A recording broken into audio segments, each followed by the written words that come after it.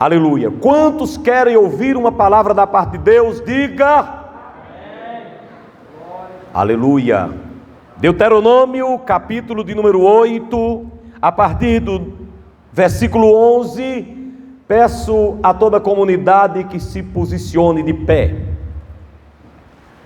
Diz assim a palavra de nosso Deus: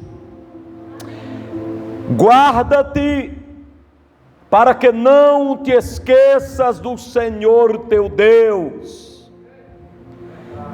não guardando os seus mandamentos e os seus juízos e os seus estatutos que hoje te ordeno, para que, porventura, havendo tu comido e estado farto, e havendo edificado boas casas e habitado nelas, e se tiverem aumentado as tuas vacas e as tuas ovelhas, e se acrescentar a prata e o ouro, e multiplicar-se tudo quanto tens, não se eleve o teu coração, e te esqueças do Senhor teu Deus, que te tirou da terra do Egito e da casa da servidão, e te guiou por aquele terrível deserto, somente até aqui. Digam comigo: Deus me guiou pelo grande e terrível deserto. Senhor meu Deus, eu quero agradecer por essa palavra.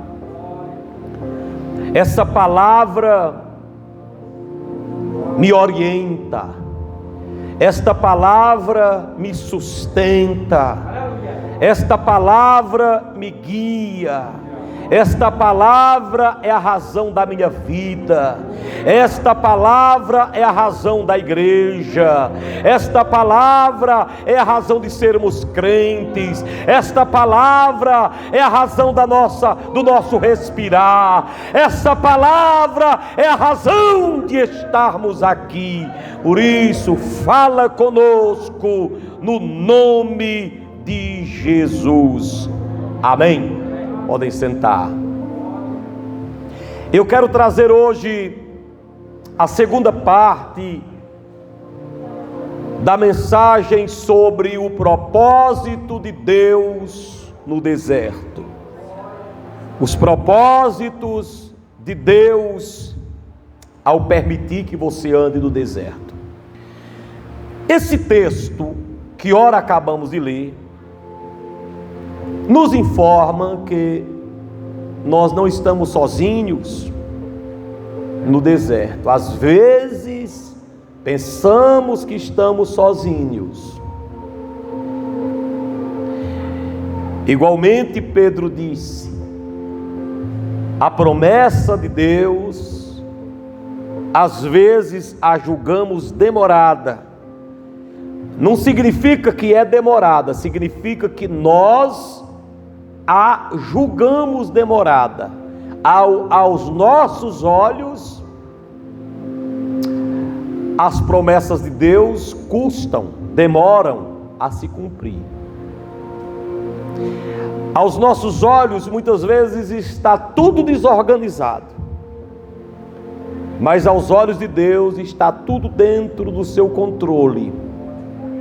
Quem descontrola sou eu. Quem descontrola é você. Mas Deus não descontrola, não perde o controle de nada. Esse texto diz que Deus nos guiou por um deserto grande e por um deserto terrível. Deserto é terrível, não tem deserto bom. Está dizendo aqui que o deserto é terrível. Se é terrível é porque arranca lágrimas. Se é terrível é porque dói. Se é terrível é porque machuca. Se é terrível é porque incomoda. Mas até no deserto Deus nos diz onde é que devemos pisar. Apesar de ser quente, mas as sandálias desse povo nunca se acabou. Eles nunca pisaram em terra quente. Aleluia. Aleluia. O deserto era quente, mas o sol nunca se projetou na pele de ninguém, porque a roupa daquele povo nunca envelheceu. O deserto é terrível, diz que tem serpentes e escorpiões, mas não há nenhuma notícia de que alguém morreu por uma picada de uma cobra. O deserto é terrível por causa do frio, terrível à noite, mas não se tem notícia de ninguém que morreu de frio. Nesta noite eu quero conversar com vocês sobre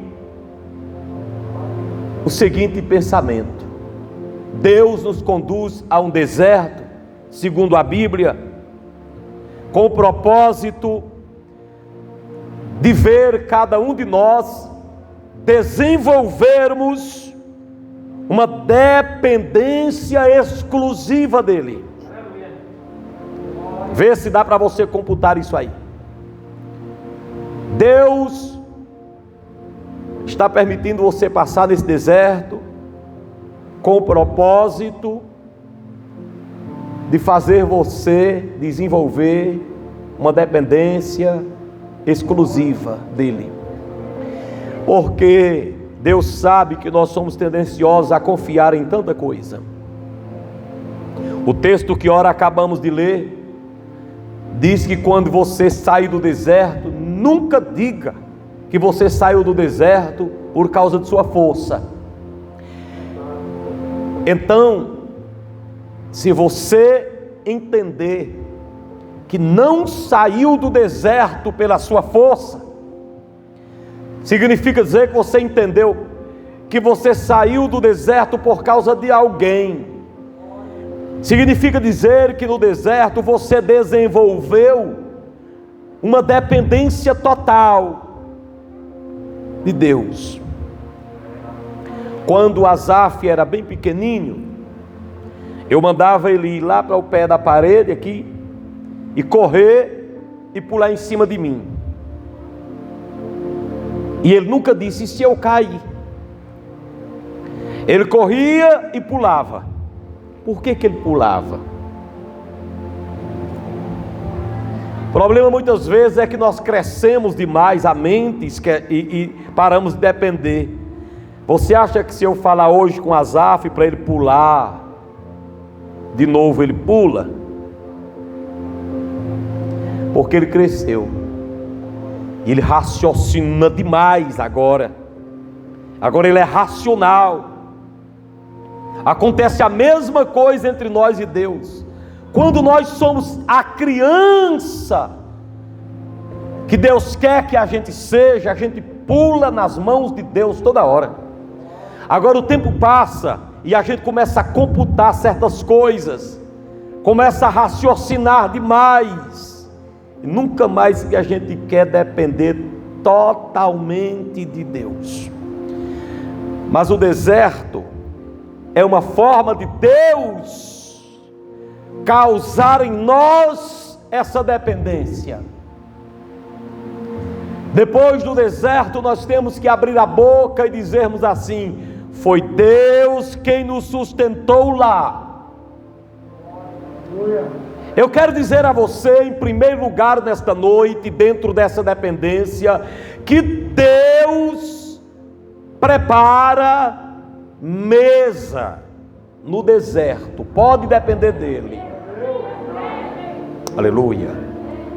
Deus prepara banquete no deserto. Pode depender dele. Eu quero ler aqui no profeta Isaías, se você quiser, vai lá comigo, se você tem uma Bíblia, no Isaías 41. Eu espero você procurar, para você ver que Deus prepara a mesa no deserto, e por isso você pode depender dele exclusivamente.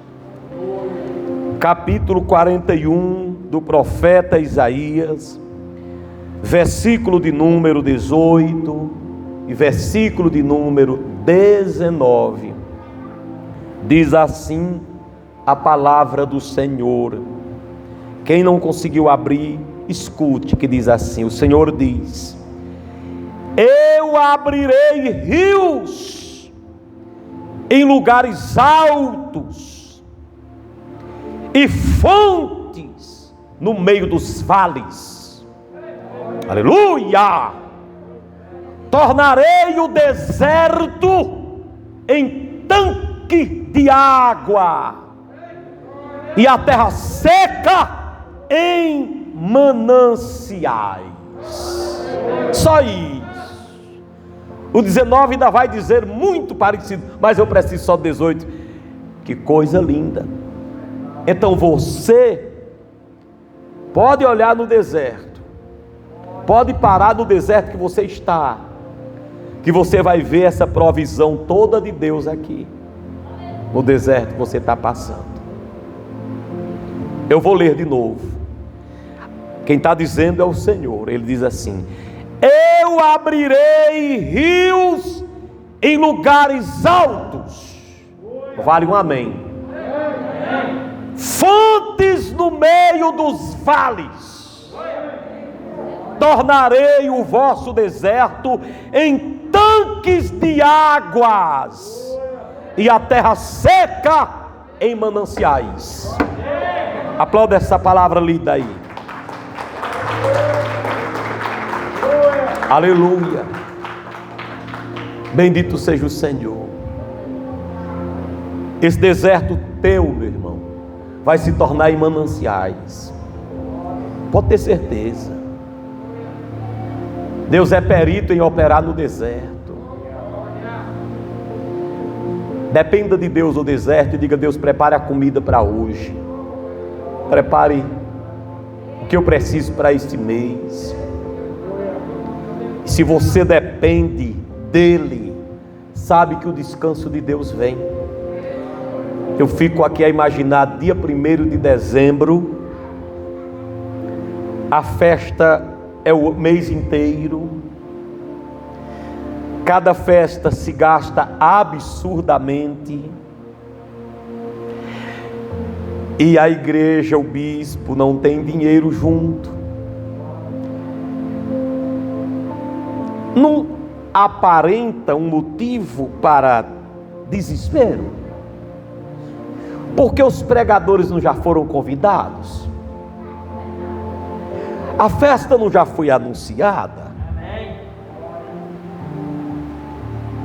Mas esse texto garante que Deus vai fazer um manancial.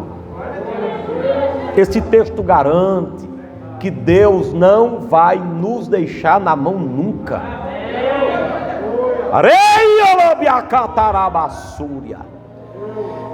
Deus nos conduz ao deserto com o desejo de lhe tornar dependente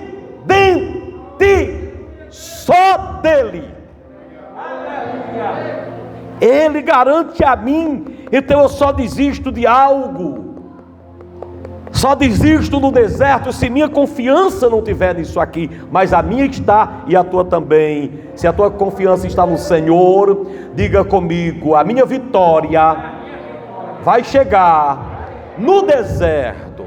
Agora diga comigo: eu não preciso sair do deserto para ter vitória. Quem entendeu o mistério de Jeová? É porque ele está dizendo que lá no deserto ele vai providenciar. Lá a vitória não é só sair do deserto, a vitória é vencer os obstáculos ainda nele, no deserto. Então eu preciso entender que ele prepara isso aqui para mim. Torna o meu deserto em mananciais. Glória a Deus. Inclusive, pastor Cabral, daqui a pouco a gente vai cantar aquele hino Mananciais, né? No final. Pode ficar à vontade aí, que vai dar certinho. Levante a mão para essa palavra e diga: meu deserto Mais forte: meu deserto se tornará em mananciais. Vocês que estão em casa podem fazer a mesma coisa. Louvado seja o nome eterno de Jesus. Deus te permite andar no deserto para você aprender a depender dele. Deus permite que eu ande no deserto para eu aprender a depender dele. Diga comigo: sou dependente. Mais uma vez: sou dependente do meu Senhor. Você sabe, meu irmão, que a mesa de Deus foi feita no deserto, quando Israel caminhava para Canaã. A Bíblia Sagrada diz, por exemplo, em Números, capítulo 20, que Deus preparou água. Faltou água, e a água saiu da rocha. Faltou água, a água saiu do meio da pedra. E quando a água era salgada, Deus tornou a água doce. Porque no deserto podem acontecer dois problemas com a água. Primeiro, ela pode faltar. Em segundo lugar, ela pode existir, porém em estado de consumo zero. Água salobra, água salgada. Eu estou falando nesta noite para alguém que está atravessando um deserto e a sua água está salgada. Água sem nenhuma possibilidade de consumo. Deixe-me te dizer. E outras vezes a água pode faltar. Às vezes é a abundância de água sem possibilidade de consumo. E às vezes é a ausência exatamente da água. Às vezes as pessoas dizem que quando Deus está numa casa nada falta. E a Bíblia diz que faltou. Só que a Bíblia diz que eles não morreram foi de sede. Porque na hora em que a sede acolchou, Ele providenciou. E porque Deus permitiu faltar água. Você sabe que quando falta água, psicologicamente sua sede tende a aumentar? Você já aconteceu contigo que estava com pouca sede, mas quando lembrou da água, aumentou a sede. Quando avistou a água, deu vontade de beber água. Quando você tem uma ausência de água, a sede tende a aumentar, porque altera tudo que há dentro de você. E faltou, mas antes do povo perecer, a água chegou. Eu quero dizer que o socorro do Senhor vem. O socorro de Deus é presente. Antes de faltar o último, antes de zerar, antes de você precisar entrar em desespero, Deus faz com que saia água da rocha. Se a água que sai da rocha for salobra, Deus tem o poder para transformá-la em água salutar. Louvado seja o Senhor.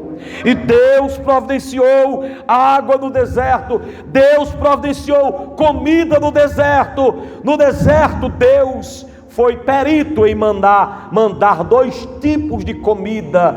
Primeiro Ele mandou maná. Repete o nome, maná. Depois Deus mandou carne. Repita comigo, carne. Agora tudo isso era milagre, porque a carne, eles olharam para o meio do mar, lá vem codornizes, aquele enxame. Agora, meu irmão, se eles olhassem para uma floresta e viessem, era outra coisa. Vai vir de dentro do mar. De dentro do mar vem peixe, meu filho. De dentro do mar vem peixe. Como é que vem codorniz do lado do mar? É porque teu Deus, Ele não depende das faculdades da natureza. Ele é dono de tudo. Eles juntaram codornizes, comeram até se fartar. Bendito seja Deus. Ele faz do jeito que Ele quer. Agora daqui a pouco vem aquele maná, vinha como chuva. E Deus ainda testava eles no deserto, quando mandava aquela comida primeiro, quando Deus dizia assim: olhe, é segunda-feira hoje, vão lá fora colher o maná. Quem tem uma casa, preste atenção, com 2 pessoas, colha só um pouquinho para o jantar, para o almoço e para o jantar. Por favor, vocês não colham para amanhã, que amanhã eu mando novamente. Aquilo era Deus querendo que o povo dependesse. Aleluia. Agora, se sua família for grande, colha mais, mas coma tudo hoje. O que você colher, coma hoje, não deixe para amanhã, porque assim, amanhã eu mando mais. Se você não confiar, o que você guardar de hoje vai apodrecer. Aquilo era Deus ensinando a confiar, depender dele. Aí vinha aquele maná, aquela coisa mais linda para fazer pão. Eles colhiam. Quem confiava em Deus dizia: eu só preciso de 1 litro, só preciso de 2. Aí fazia aquele bolo, comiam, iam dormir fartos. No outro dia, quando olhavam lá para o meio do terreiro, Deus tinha mandado de novo.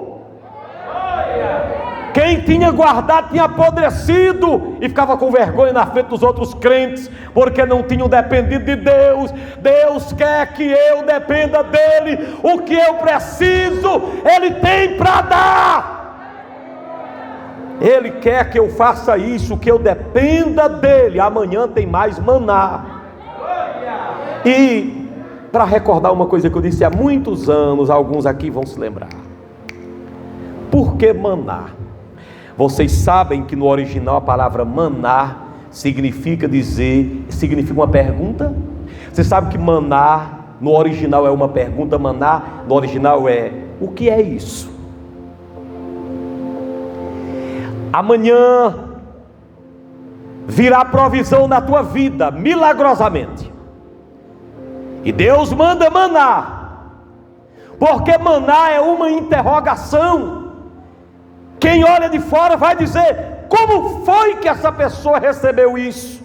É porque é maná. Maná é exatamente isso. O que é isso? O que é isso que essa mulher ficou boa? O que é isso que esse homem foi curado? O que é isso que essa igreja prosperou? O que é isso que essa loja prosperou? É maná, maná, maná. O que é isso? Recebe o maná. Ai, Jeregás e Abaná Flúzias. Quando Deus te abençoar e alguém amanhã chegar para você e perguntar: o que é isso? Você vai responder só: é maná. O que é isso, mulher? Maná. Você já está dizendo o que é isso. O que é isso? É maná do céu, no deserto. Quantos podem glorificar a Deus? Quantos podem exaltar o Senhor? Deus te guia no deserto com o desejo de fazer você depender dele totalmente. Ele quer que você dependa dele, porque ele faz no deserto um manancial. Ele quer que você dependa dele, porque no deserto ele preparou mesa. Ele quer que você dependa dele, porque no deserto ele preparou garçons incomuns. Já imaginou? Deus prepara garçons incomuns. 2 tipos de garçons que Deus preparou no deserto. Se você analisar a história de Elias, quando ele estava naquela situação difícil, ele foi para o deserto.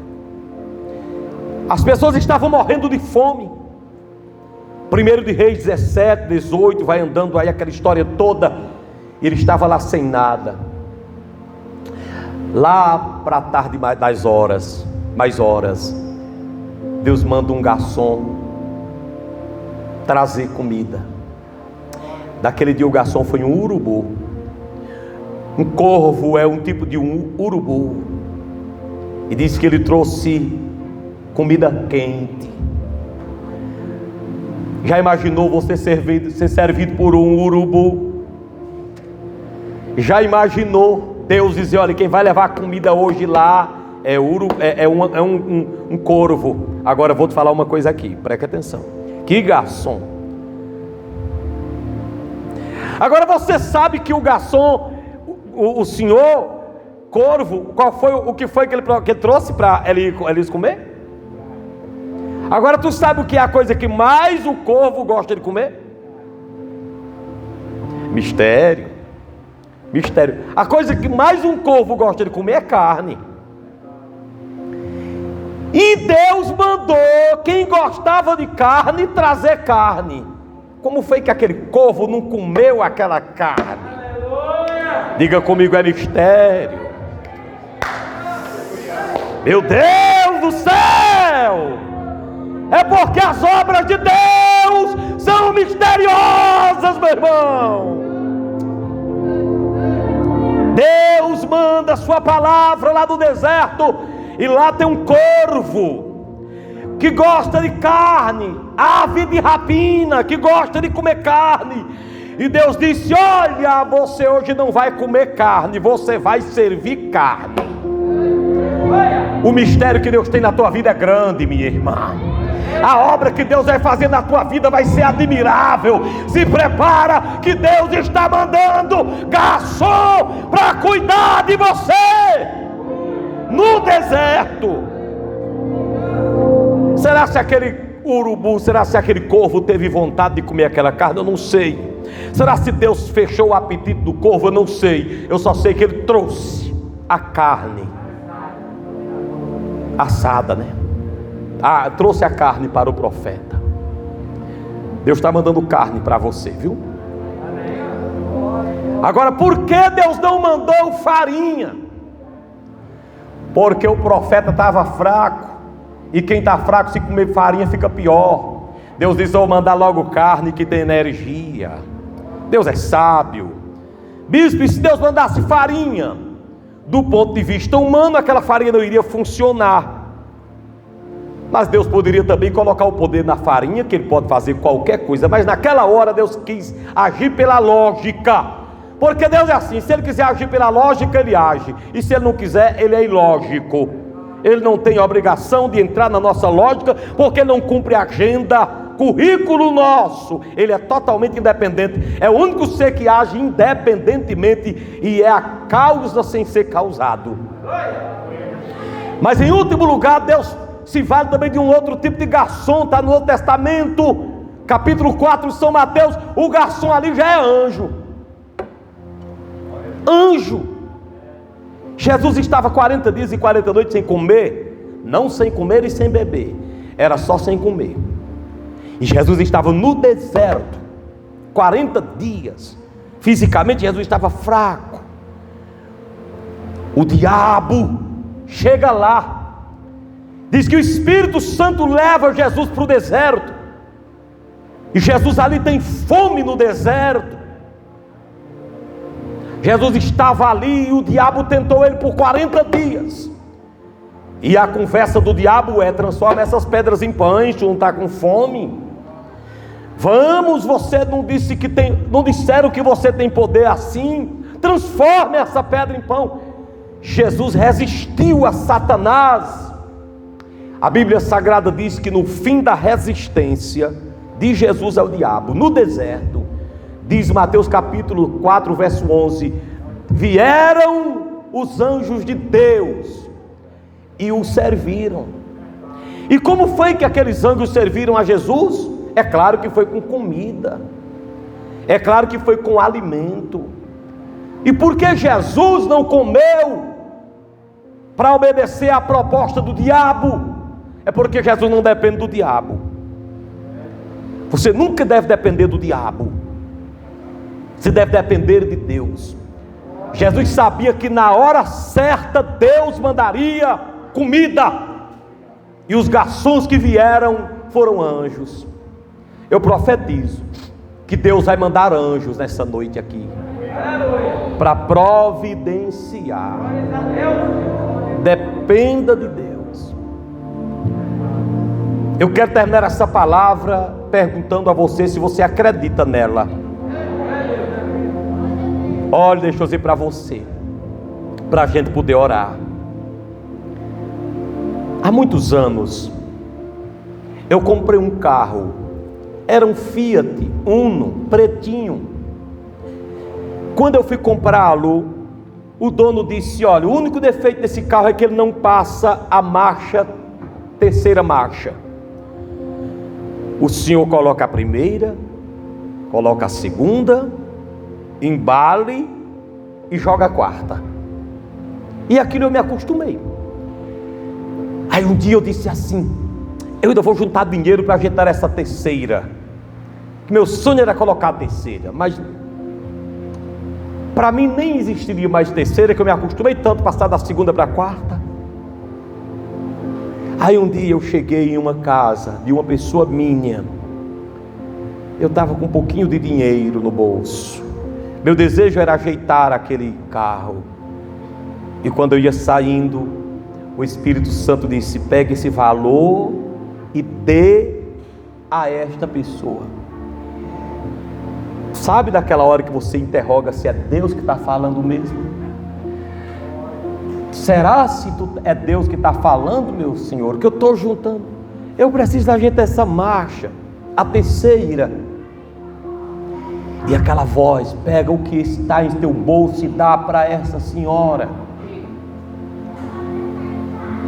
E eu chamei aquela senhora e eu fiz assim: Deus me perdoe, mas eu fiz desse jeito assim: Senhor, só vou dar porque eu sei que é tua voz. E eu vim embora. Quando eu vinha no meio da viagem, Deus é Deus. Igreja, Deus é Deus. Aleluia. Eu fui passar um quebra-mola, coloquei a primeira, arrastei a segunda e esqueci que a terceira não funcionava. Eu joguei a terceira, parece que tinha uma coisa que tomou da minha mão. Plof, entrou a terceira. Nunca mais teve problema na terceira daquele carro. Acredita, minha irmã, que Jesus ajeitou a terceira marcha, Cleidson? Tu acreditas numa coisa dessa?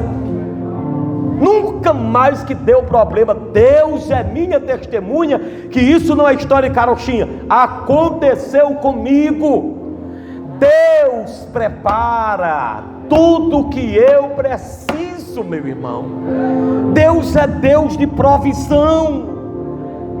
O Deus que pode todas as coisas, o Deus que está comigo no deserto. Deus te permitiu passar esse deserto para isso, para você aprender a depender dEle. Aquela necessidade tua vai ser suprida, aquela vitória que tu necessitas virá, porque teu Deus sabe operar em meio ao teu deserto. Louvado seja o nome de nosso Senhor e Salvador Jesus Cristo. Eu quero terminar lhe dizendo que o meu seminário no Crato foi um deserto. Eu tinha que pagar 2 salários da mensalidade da faculdade. Eu nunca vi uma faculdade cara daquela. 2 salários para cursar teologia. Fora viagens, ida e vinda, como um curso de teologia, uma carestia desta. Mas era assim. É a faculdade melhor que tem pelo menos até a época, era a melhor que tinha no Nordeste. E eu tinha que comprar roupa, comprar livro, pagar passagem. E a minha renda era 30% de um salário. Meus pais eram agricultores. O agricultor só tem desculpe, só tem renda de ano em ano. Aí um dia terminou o culto, eu disse: meu Deus, como é que eu vou voltar para o Crato? Eu me lembro quanto eu tinha no bolso, uma moeda de 25 centavos. Só dava para eu lanchar antes de ir. E eu desci da serra para ir para o Crato, mas eu não tinha o dinheiro da viagem. E quando eu cheguei para me hospedar aqui na casa de uma pessoa, eu me hospedava na casa do irmão Neto, onde ele morava com Erivan. Eu disse: homem, deixa eu gastar logo esses 25. comprar logo 2 pães e comer para eu ficar logo liso. Eu peguei comprei de pão com meio, com suco e desci para a pista e fiquei lá, esperando. E os carros passando, e eu tinha que chegar no Crato. Aí de repente passou um ônibus, e lá na frente o ônibus parou e deu a ré. Era aqui na praça. A mulher olhou e disse: vai para onde? Vai para onde? Eu disse: meu plano é ir. Me dá um microfone aí, rapidamente aí, por favor. Meu plano é ir para o Crato. Meu plano é ir para o Crato. Aí ela disse assim: eu não sei o que está acontecendo comigo hoje. A dona do carro. Eu não sei o que está acontecendo comigo hoje. Eu disse: pois não. Ela disse: eu não levo ninguém aqui sem pagar. Mas quando eu passei e lhe vi aqui, cheguei lá na frente, uma coisa me disse. Uma coisa, ó. Eu não sei o que é isso. Eu não levo ninguém desse jeito, sem pagar. Mas quando eu ia lá na frente, uma coisa disse: volte. Eu disse: eu já sei quem foi que disse. Aleluia. Ela me colocou no ônibus e levou, deixou no Crato. Deus fez que ela me levasse. Sabe por quê? Porque Deus prepara uma mesa no deserto. Deus quer que eu dependa dele. Por que eu fui para a beira da pista? É porque eu sabia que eu ia chegar lá, e Deus providenciou. Eu quero dizer a você que está aqui nessa noite: Deus vai trabalhar contigo nesse deserto e vai te ensinar a depender totalmente dele. Só quem acredita respira. Dê um glória a Deus bem grande e uma salva de palmas para Jesus bem forte, igreja.